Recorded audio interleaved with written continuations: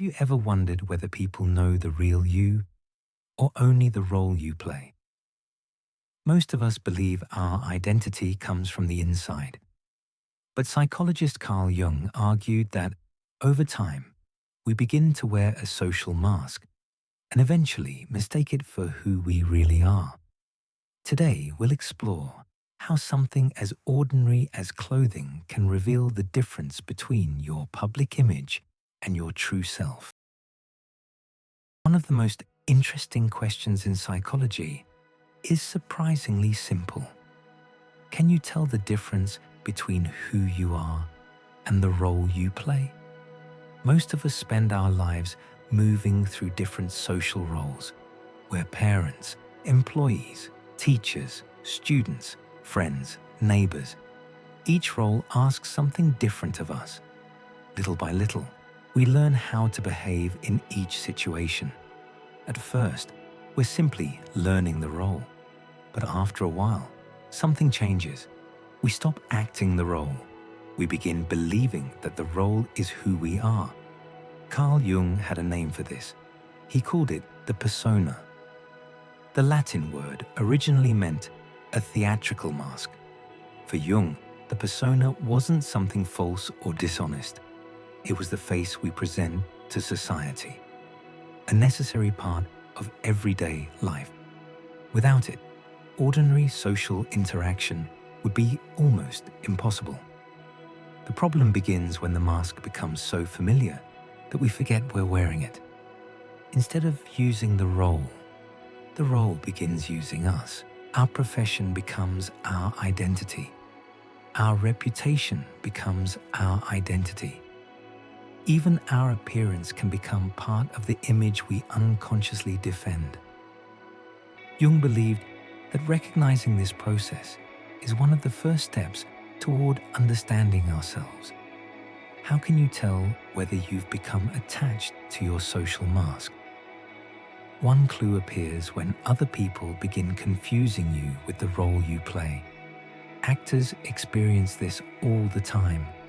An audience watches someone perform a memorable character. Later, they meet the actor in real life. Without realizing it, they expect him to behave exactly like that character. Eventually, the actor wants to say, "That's only someone I played. I'm not that person." Jung believed ordinary people experience something very similar. Maybe you're always seen as the responsible one, or the successful one, the quiet one, the funny one, the reliable one. Over time, everyone expects you to stay inside that role, and eventually, you begin expecting it from yourself. Jung suggested a remarkably simple psychological exercise. Choose one object that has quietly become part of your public image. Perhaps it's the same jacket you always wear to work, a particular watch, a favorite necklace, a pair of glasses, something people have unconsciously started associating with you. Now remove it, not for a day, for an entire week. Notice what changes. Notice how people react. But even more importantly, notice how you react. Do you feel uncomfortable, less confident, almost as if a part of your identity has disappeared? If so, Jung would say you've learned something important. That object was never just clothing. It had quietly become part of the person you believed yourself to be. And once you notice that, you've already begun separating yourself from the mask. One of the interesting things about Jung's exercise is that it doesn't require anything dramatic. You don't need to quit your job. You don't need to move to another city. You don't even need to change your personality. All you're doing is removing one small symbol that has become attached to your identity. That sounds almost too simple. Yet experienced actors often discover the same idea on their own, without ever reading Jung. A good example comes from the Russian stage actor Oleg Basilashvili.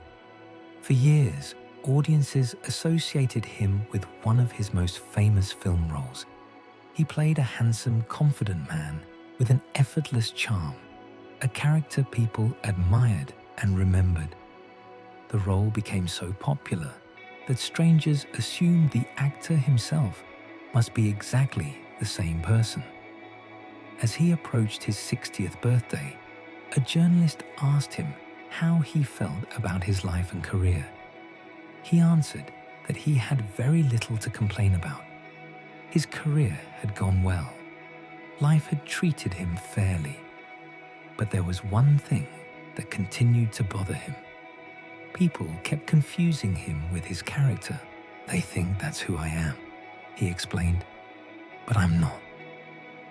Rather than arguing with people or trying to explain himself, he decided to perform a small experiment. One day, he took a single feather from a bird. Nothing expensive, nothing dramatic. He tucked it behind his ear. Then he left the house exactly like that. He rode the subway. He walked through the city. He went to work. He met people who recognized him. And for about a week, he kept wearing that feather everywhere he went. Why? Because he wanted to interrupt the image people already had of him. Instead of allowing others to project the familiar character onto him, he introduced something unexpected. Then he simply watched. How would people react? How would he react? The point wasn't the feather itself. The feather had no special psychological power.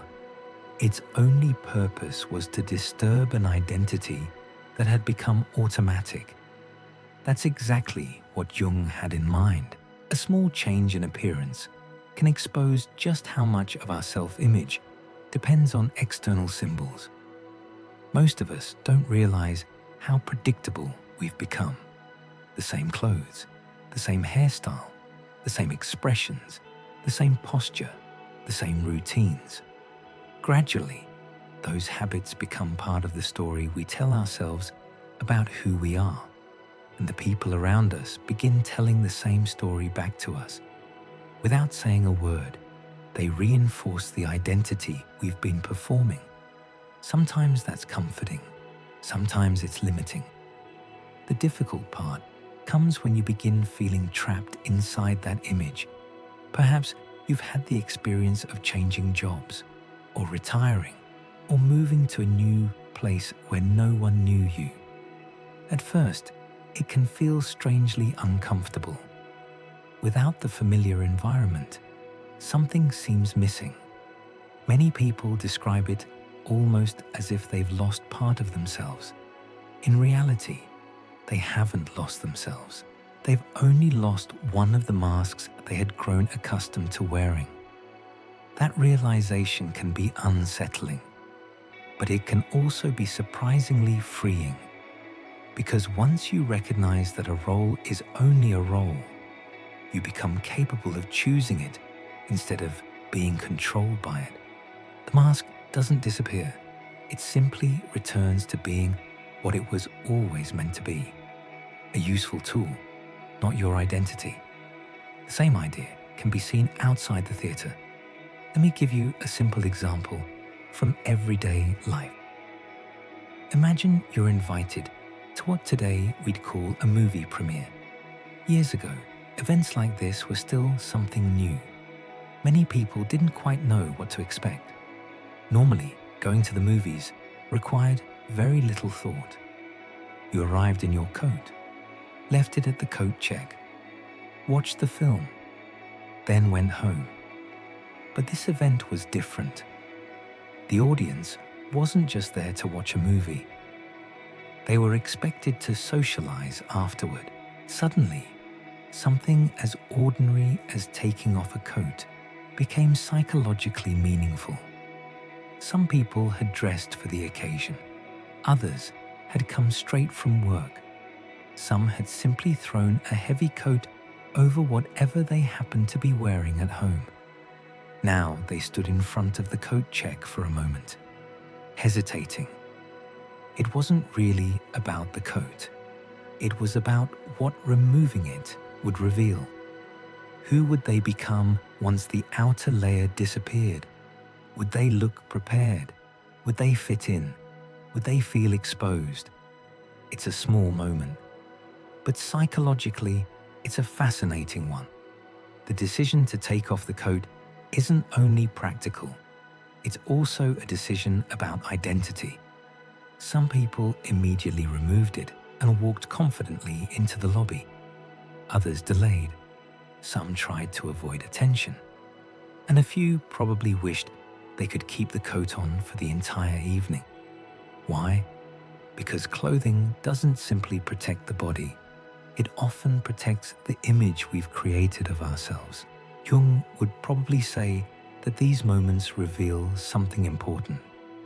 Whenever changing a small external detail feels emotionally difficult, we should ask ourselves a simple question. What exactly am I protecting? Is it comfort? Or is it an identity I've become afraid to lose? This doesn't mean we should constantly reinvent ourselves. That's not Jung's point. The persona is fallible. Society depends on it. Doctors, teachers, pilots, judges, police officers. We expect people in these roles to behave consistently. The problem isn't having a persona. The problem is forgetting that it's only one part of who we are. Healthy psychological development doesn't require throwing the mask away. It requires remembering that you can take it off, that your profession is not your entire identity. Your appearance is not your entire identity.